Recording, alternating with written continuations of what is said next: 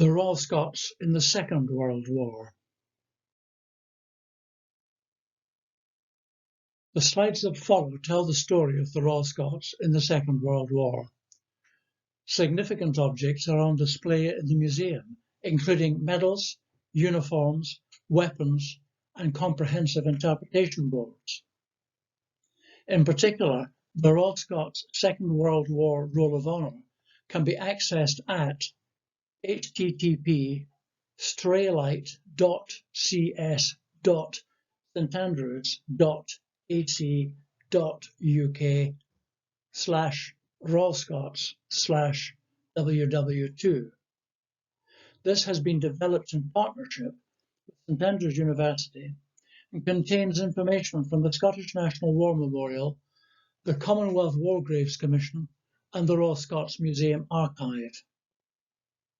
Also accessible on the regimental website, the film Scottish Soldiers World War II Memories, first-hand accounts by 4 surviving Second World War veterans. General service in the Second World War was recognised with the following medals: the 1939-1945 Star, the Defence Medal, and the Second World War Medal. In addition, campaign stars were issued as described in the pages that follow. The theatres, timelines and battle honours of Royal Scots battalions in the Second World War are described in this map.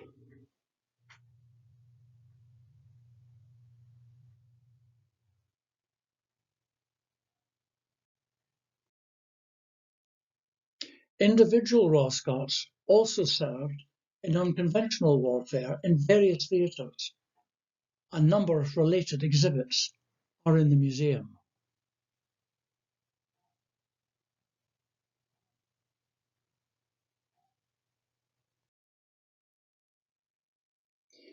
The recollections of some of the men can be found in the regimental website.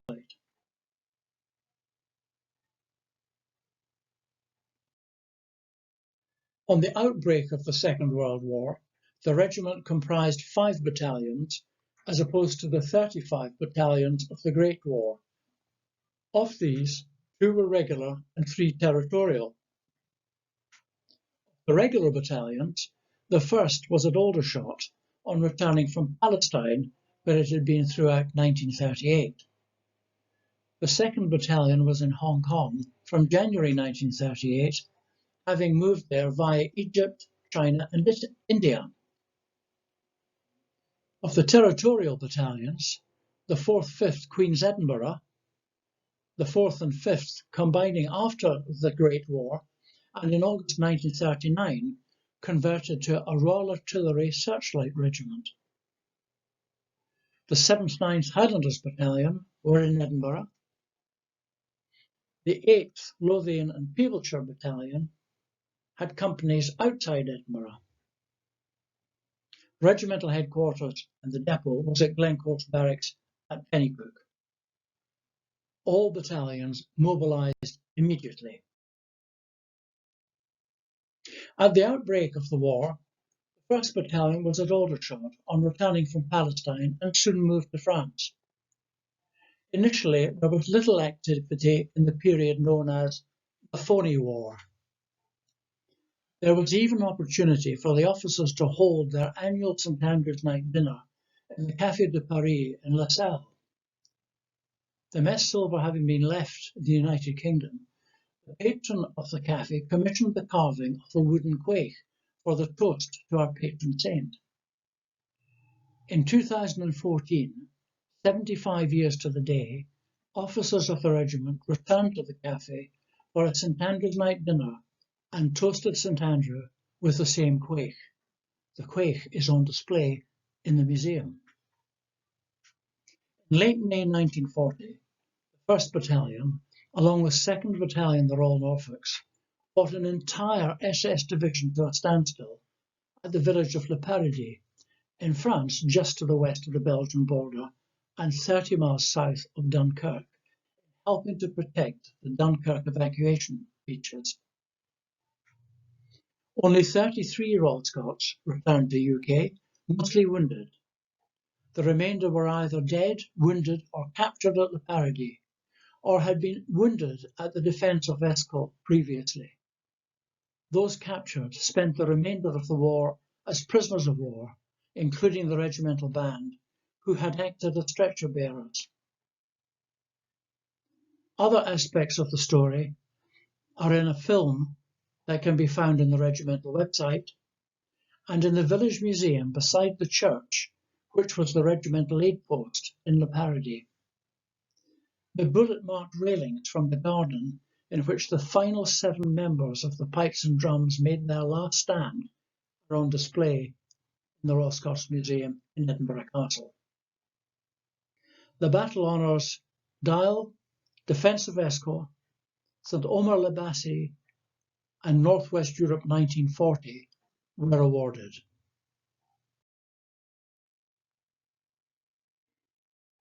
The 2nd Battalion in Hong Kong and the battle for the mainland. There is not the slightest chance of holding Hong Kong or relieving it, said Prime Minister Winston Churchill in January 1941. Instead of increasing the garrison, it should be reduced to symbolic scale.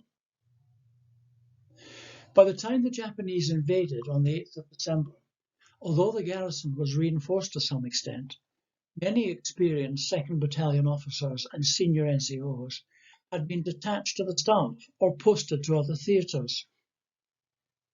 153 of the established strength of 771 were hospitalised with malaria, for which no prophylaxis then existed, and this number rose to more than 180.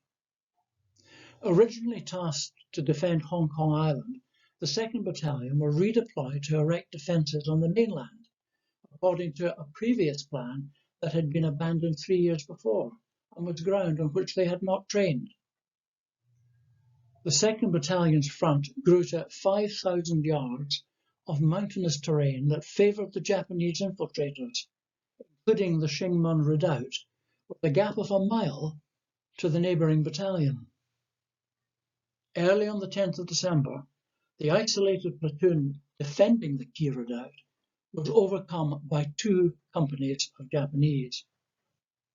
Rapidly reorganising despite losing key commanders, the 2nd Battalion assisted withdrawal of the mainland force to the island, but at the cost of 6 officers, 32 soldiers killed and 67 wounded, including those wounded but able to fight on. The battle for Hong Kong Island, Oliver Lindsay, in his book, quoted, "The counterattacks fought by the decimated 2nd Royal Scots against 2 Japanese battalions at the Wong Nai Tung Gap are what legends are made of. There was no lack of determined leadership." On the night of the 18th of December, 6 Japanese battalions landed on Hong Kong Island. The part played by the 2nd Battalion until the garrison fell on Christmas Day is told in more detail in the regimental website. The gallantry of the 2nd Battalion is evident. For example, from the actions around Mount Nicholson, after A Company counterattacked in a hopeless attempt to prevent the Western Brigade headquarters being overrun at the Wan Chai Gap. By then, A Company had been reduced from 76 to only 15. Sergeant Whippy took charge and was awarded the military medal. Securing Jardine's lookout above the Wong Nai Chai Gap made recapturing the police station essential. Captain Pinkerton's D Company attacked from front and flank, driven back with heavy losses. Both Captain Pinkerton and Lieutenant Jim Ford were awarded military crosses.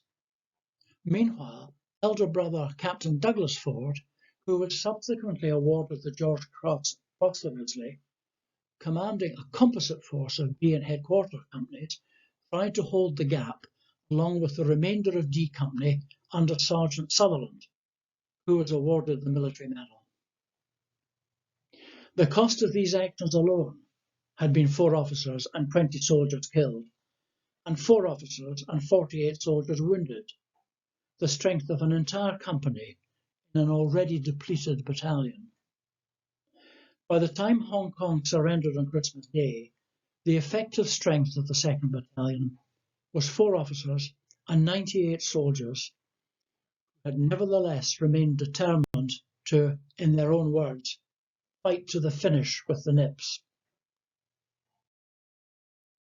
22 officers and 608 soldiers became prisoners of war, of whom 3 officers and 59 soldiers died in captivity, and a further 3 officers and 178 soldiers died at sea in the Lisbon-Maru incident. The prisoners were kept in appalling conditions until September 1945, some being shipped to Japan. The museum displays items that belonged to members of the 2nd Battalion who became prisoners. Despite captivity, Captain Douglas Ford led an intelligence network which was exposed. Ford was tortured in the expectation that he would disclose the names of others involved, which he steadfastly refused to do, and was eventually executed. He was awarded the George Cross posthumously for the highest order of gallantry. His medals are on display in the museum. In 1942, prisoners of war were transported to Japan, including on the Lisbon-Maru. Japanese flagged, it had not indicated carrying prisoners of war and was torpedoed by an American submarine. The guards hindered the rescue of the prisoners, who included Royal Navy, Royal Artillery, Royal Scots and Middlesex Regiment.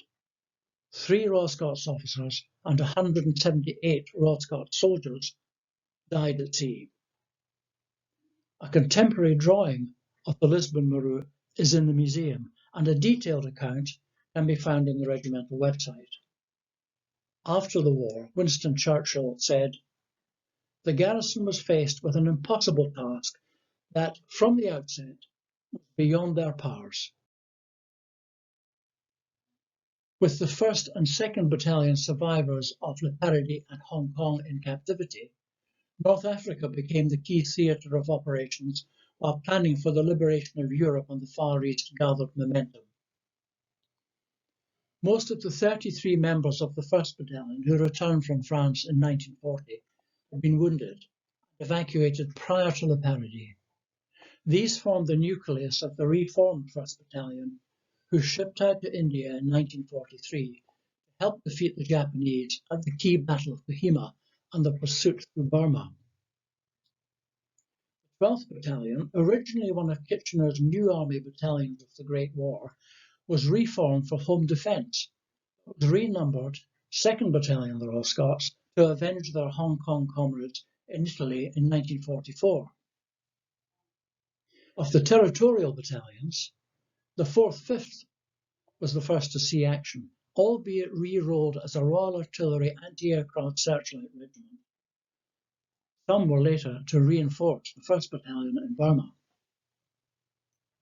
The 7th 9th Battalion followed the 1st Battalion to France for just 1 week in June 1940 in an attempt to help the French prevent German encirclement of Paris.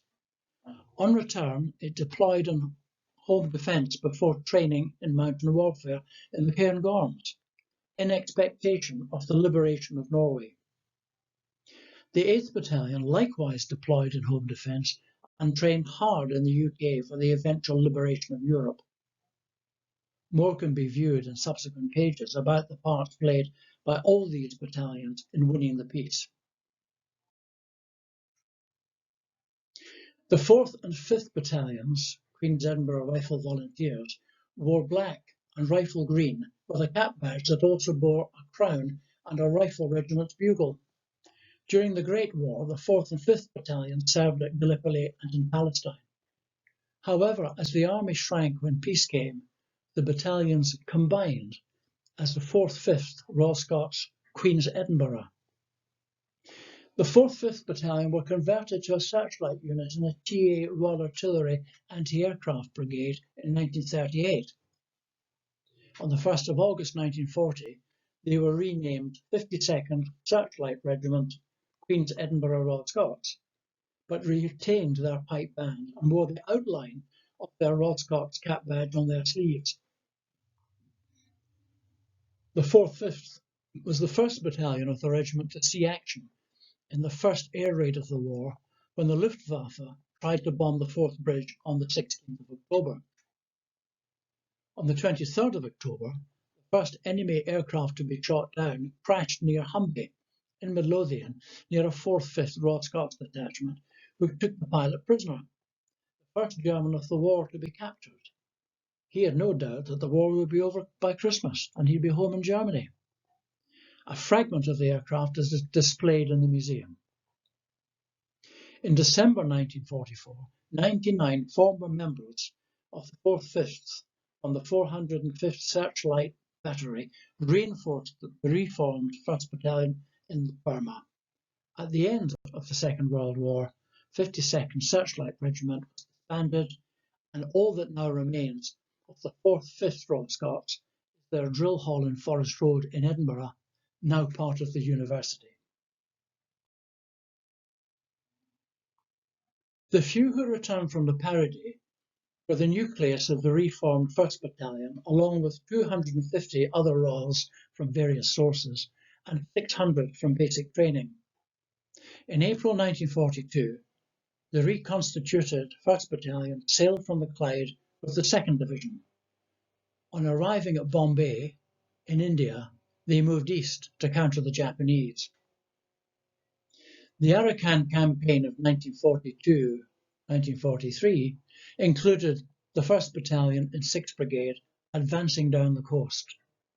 By early April 1943, at risk of being cut off, the brigade withdrew with heavy casualties. The 1st Battalion received 500 reinforcements, but were now reduced to just over 400 all ranks. However, the Japanese had been held at the gates of India. The battles at Impha and Kohima from April to June 1944 broke the Japanese thrust. In 4th Brigade, 1st Battalion, the Royal Scots, were truly among the heroes of Kohima, the pipe tune that commemorates the battle. The subsequent pursuit of the Imperial Japanese Army through Burma is enshrined in the 1st Battalion battle honours. Dobek, Kohima, Relief of Kohima, Aradura, Shwebo, Mandalay, and Burma 1943 to 1945. The full story is told on the regimental website. The 12th Battalion, one of Lord Kitchener's new army battalions in the Great War, spent the early part of the Second War in home defence and training. After the battle for Hong Kong, the 12th Battalion renumbered to 2nd Royal Scots to avenge their comrades there. The battalion was disappointed to mark time at Gibraltar before entering the Italy campaign in July 1944 for operations to breach the defensive Gothic line in the mountainous Apennines. The intention of the British 1st Division, the United States 5th Army, was to advance north from Florence over the River Arno through the Apennines and to link up with the British 8th Army. This was hampered by mountainous terrain, winter weather, and German resistance. Much of the ground was similar to that fought over by their predecessors on the Hong Kong mainland, as was the overstretch experienced by companies defeated by casualties. By December 1944, the effective strength was only one rifle company, and in January, the entire 1st Division was withdrawn to Palestine. 1 Distinguished Conduct Medal, 5 military crosses, 6 military medals, and 8 mentions in dispatches had been awarded, latterly mostly to private soldiers. The 2nd Battalion battle honours from Italy are Gothic Line, Maradi, Monte Gambaraldi, and Italy 1944-1945. Further information is on the regimental website. The 7th Battalion, having suffered grievously in the Gretna rail disaster of 1915, and the 9th, Highlanders Battalion had amalgamated into the 7th 9th Royal Scots in 1922, retaining the Highlanders title. In 1940, 7th 9th Royal Scots deployed briefly to support the French when Paris was threatened with encirclement. Once home in the United Kingdom, they trained in mountain warfare in the Cairngorms in anticipation of the liberation of Norway. This was followed by preparation as glider troops for Operation Market Garden at Arnhem, although they were not deployed in this role.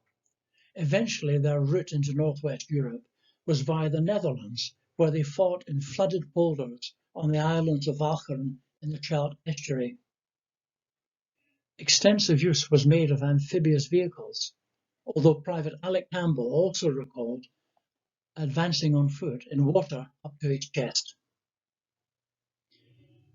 Hotel Britannia, a German headquarters, was the 7th 9th Battalion objective. Visiting after the war, Major Joe Brown would say how pleased he was to enter by the front door. On his first visit, it had been through a window at the rear.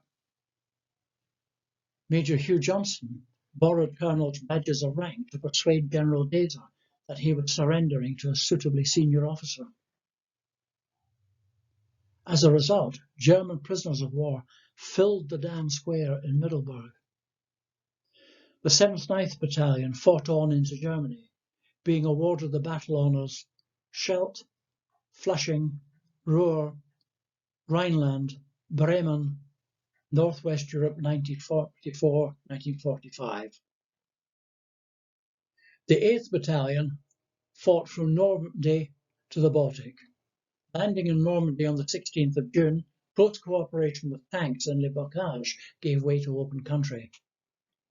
Advancing to Escaut, where the 1st Battalion had fought in 1940, and the 8th Battalion had previously fought in the Great War. The 8th took part in all three major river crossings into the Reich, that is to say, over the Seine, the Rhine, and the Elbe. On crossing the Rhine, the 8th Battalion expressed reassurance that the banks were secured by the 7th 9th. Much gallantry was evident. The honours included 4 Distinguished Service Orders, 7 military crosses, and 12 military medals. More Second World War battle honours were awarded to the 8th Battalion than to any other Royal Scots battalion.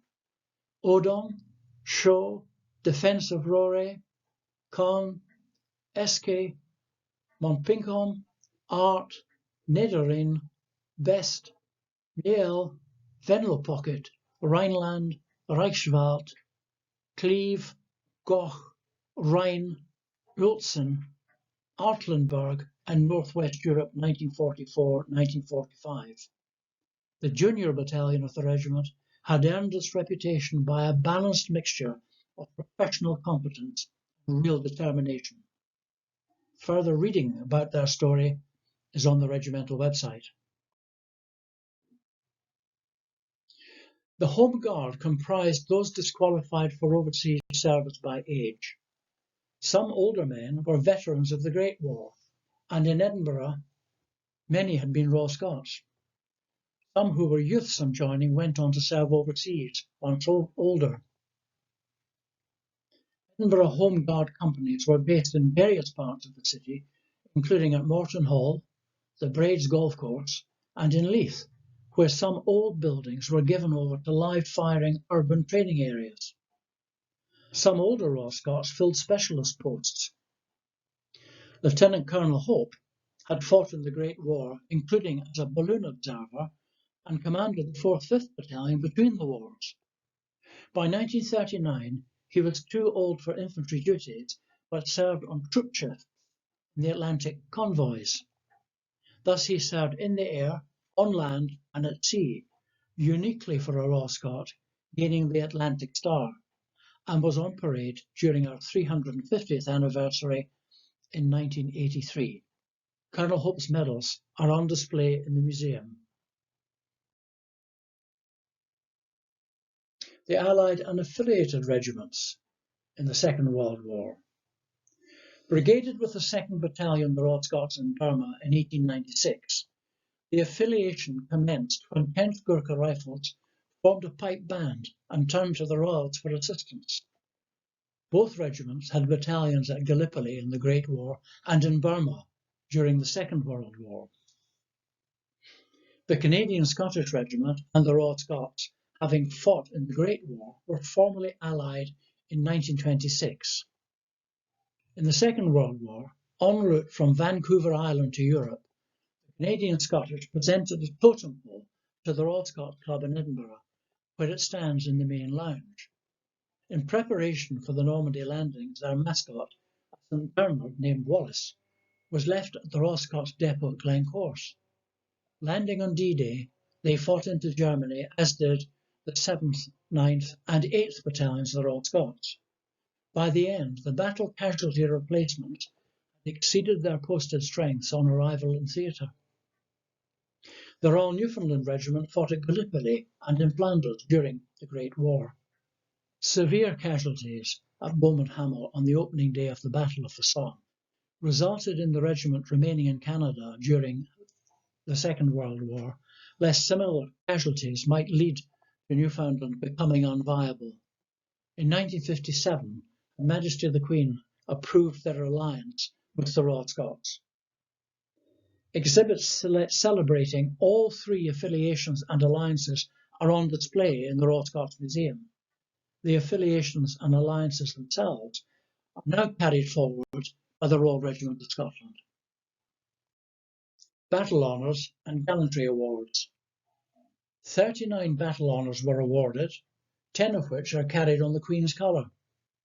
Defence of Escall, Odom, Art, Flushing, Rhine, North West Europe 1940, 1944 and 1945, Gothic Line, Italy 1944-1945, Kohima and Burma 1944-1945. A regimental committee sat in 1955 and 1956 with representatives from all battalions, including the old and reformed 1st and 2nd Battalions. The archive describes why each honour was selected. There were two areas of contention.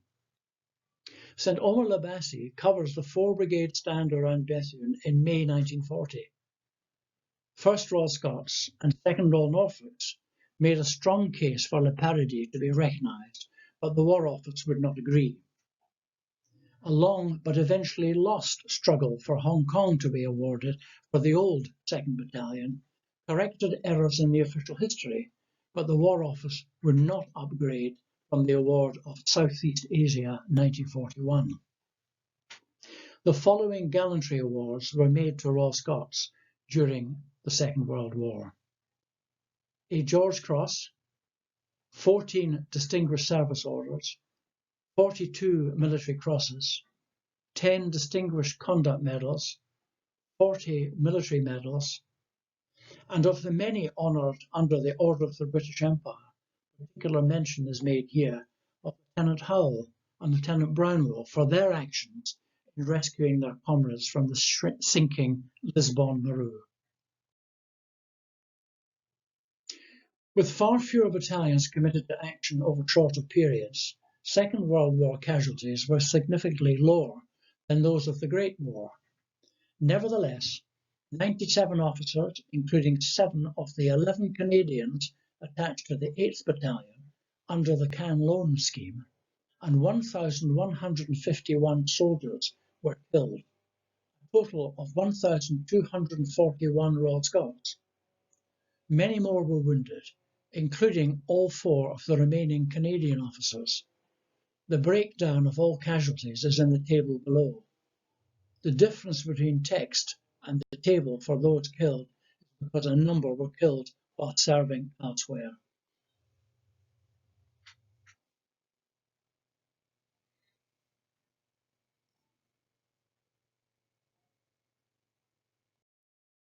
The dead of the Second World War are commemorated, along with those of the Great War, in the Scottish National War Memorial in Edinburgh Castle and at the Royal Scots Club in Edinburgh.